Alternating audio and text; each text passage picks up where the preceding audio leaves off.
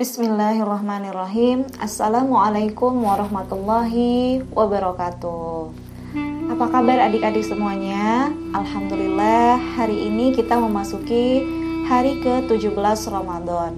Sampailah kita pada buku terakhir dari buku utama Seri Muhammad Ismaihiro. Hari ini Ibun akan bacakan buku terakhir dengan judul Ketika Bumi dan Langit Berduka.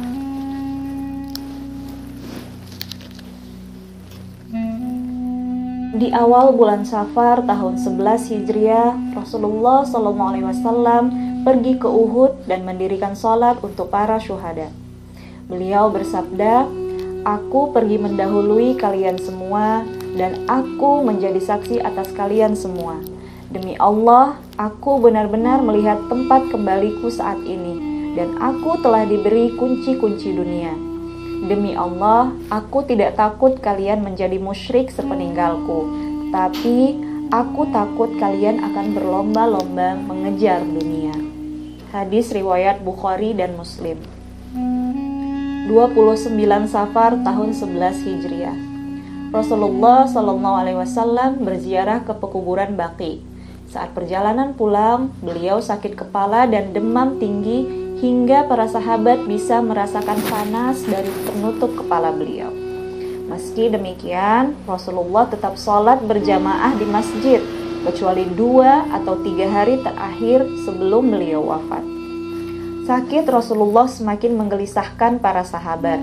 Dalam hati mereka timbul perasaan tidak rela ditinggalkan manusia yang paling mereka cintai, melebihi cinta mereka pada diri mereka sendiri. 5 hari sebelum wafat, suhu tubuh Rasulullah terus meninggi hingga beliau pingsan. Setelah sadar, beliau meminta sahabat mengguyurkan air ke tubuhnya. Air itu berasal dari sumur yang berbeda. "Guyurkan air kepadaku agar aku sanggup keluar menemui orang-orang, karena aku ingin berpesan kepada mereka," kata Rasulullah SAW. Ketika itu, beliau merasa sakitnya sedikit berkurang. Beliau masuk ke masjid dengan selendang dan selimut di kedua bahunya. Kepala beliau diikat dengan sehelai kain. Beliau duduk di atas mimbar dan mulai bicara. "Barang siapa pernah kupukul punggungnya, maka ini punggungku. Silakan dibalas. Barang siapa pernah kucederai kehormatannya, maka ini kehormatanku. Silakan dibalas." Lanjut Rasulullah SAW. Seluruh sahabat terdiam membisu.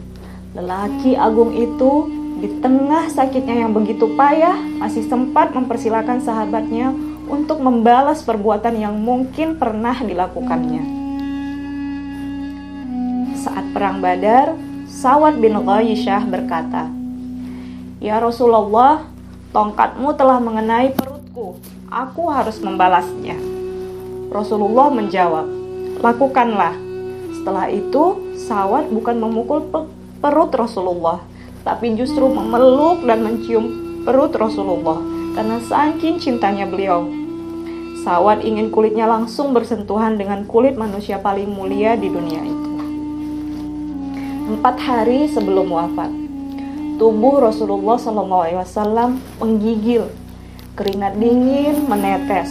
Beliau memanggil para sahabatnya dan kembali berpesan untuk mengeluarkan orang-orang Yahudi, Nasrani, serta orang musyrik dari Jazirah Arab. Beliau juga mengirimkan utusan untuk berdakwah sebagaimana yang beliau lakukan. Setelah itu, dengan tertatih-tatih, Rasulullah tetap ke masjid. Beliau hendak menjadi imam sholat maghrib. Ketika Isya, sakit beliau makin parah. Berkali-kali beliau berusaha ke masjid, namun berkali-kali juga beliau pingsan. Beliau kemudian meminta Abu Bakar menjadi imam sholat. 2 hari sebelum wafat, hari Sabtu dan Ahad itu rasa sakit Rasulullah berkurang. Para sahabat begitu bahagia ketika melihat Rasulullah dipapah menuju masjid. Abu Bakar tetap menjadi imam sholat. Rasulullah pun sholat sambil duduk. Sehari sebelum wafat, Rasulullah SAW memerdekakan para budak dan menyedekahkan seluruh harta yang masih tersisa. Hari terakhir. Suara azan Bilal memecah keheningan subuh. Rasulullah SAW menyingkap tirai. Beliau memandang dan tersenyum kepada para sahabat. Tak terkata kebahagiaan para sahabat melihatnya. Mereka mengira Rasulullah mulai sehat. Akan tetapi, ternyata itu adalah pandangan dan senyuman perpisahan, karena tak ada lagi sholat Rasulullah setelah itu. Ketika duha, Rasulullah memanggil putrinya Fatimah. Beliau membisikkan sesuatu kepadanya. Fatimah menangis. Kemudian Rasulullah membisikinya lagi. Fatimah pun tersenyum. Fatimah ditanya, mengapa dia menangis dan tersenyum? Fatimah menjawab, Rasulullah membisikiku bahwa beliau akan wafat, maka aku menangis.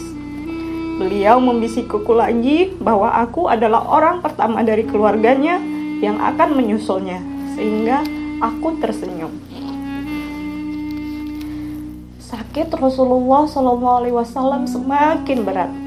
Terasa pula pengaruh makanan beracun dari wanita Yahudi saat perang Khaybar 4 tahun lalu. Beliau terus saja berpesan dengan terbata-bata kepada para sahabat, "Salat, salat, dan hamba sahayamu." Aisyah, istri Rasulullah, menyandarkan tubuh Rasulullah kepadanya. Rasulullah SAW bersiwak dibantu oleh Aisyah. Selepas bersiwak, beliau mengusapkan air ke wajahnya sambil berkata pelan, "La ilaha illallah." Sesungguhnya setiap kematian ada sekaratnya. Rasulullah lalu mengangkat tangannya. Beliau menatap langit-langit dan berkata, "Ampunilah aku dan berbelas kasihlah kepadaku. Pertemukanlah aku dengan kekasih yang maha tinggi." Rasulullah SAW mengulangi kalimat itu hingga 3 kali. Kemudian beliau wafat. Saat itu hari Senin 12 Rabiul Awal 11 Hijriah. Hari dan tanggal yang sama ketika beliau dilahirkan 63 tahun yang lalu. Inna lillahi wa inna ilaihi raji'un. Hari itu bumi dan langit berduka. Semua bersedih, semua menangis. Umar bin Khattab begitu terpukul. Dia berteriak lantang, "Barang siapa yang mengatakan Rasulullah telah wafat, maka akan aku bunuh."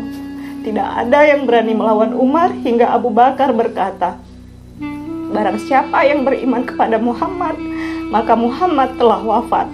Akan tetapi, barang siapa beriman kepada Allah, maka Allah itu hidup dan tidak akan pernah mati." Umar pun terduduk lemas. Air matanya tak berhenti mengalir. Dia sadar bahwa manusia teristimewa yang pernah ada itu telah tiada. Selasa malam, Rasulullah SAW dimakamkan di bawah tempat tidurnya. Hal itu sesuai dengan ucapan beliau semasa hidup. Tidaklah seorang nabi wafat kecuali dia dimakamkan di tempat wafatnya. Para sahabat pulang dengan perasaan duka. Bilal tak lagi bisa mengumandangkan azan. Suaranya selalu berhenti pada kalimat Asyhadu anna Muhammadar Rasulullah. Tuntas sudah tugas dakwah Rasulullah SAW. Selama 63 tahun, Allah Subhanahu wa Ta'ala titipkan manusia agung itu untuk membahagiakan dan menyelamatkan seluruh umat manusia.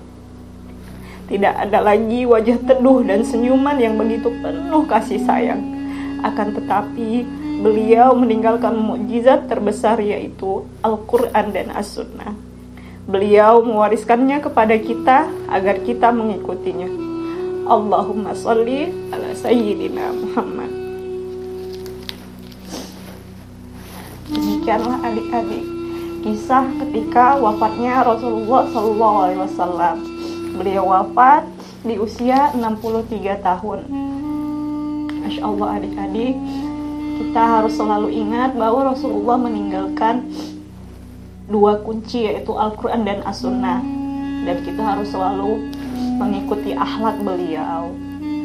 selalu berbuat baik dan melaksanakan semua perintah beliau. Ingat selalu pesan Abu Bakar, barang siapa yang beriman kepada Muhammad maka Muhammad telah wafat. Namun barang siapa yang beriman kepada Allah Subhanahu wa taala maka Allah Subhanahu wa taala itu hidup dan tidak akan pernah mati. Selesai sudah kisah Rasulullah SAW Ibu bacakan di Ramadan yang ke-17 ini. Semoga memberi manfaat bagi kita semuanya untuk lebih mengenali beliau, lebih mencintai beliau dan sunnah beliau. Terima kasih sudah menyimak sampai akhir.